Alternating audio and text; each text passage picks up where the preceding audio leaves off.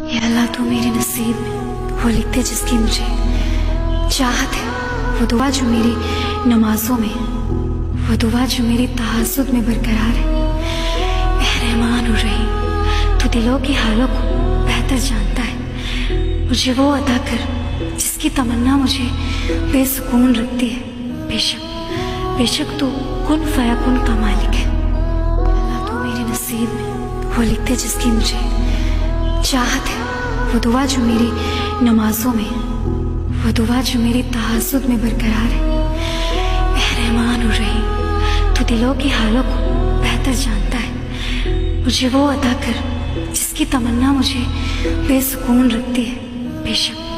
बेशक तू कुन फयाकुन का मालिक है। अल्लाह तू मेरे नसीब में वो लिखते जिसकी मुझे चाहत है, वो दुआ जो मेरी नमाजों में, वो दुआ जो मेरी तहज्जुद में बरकरार है।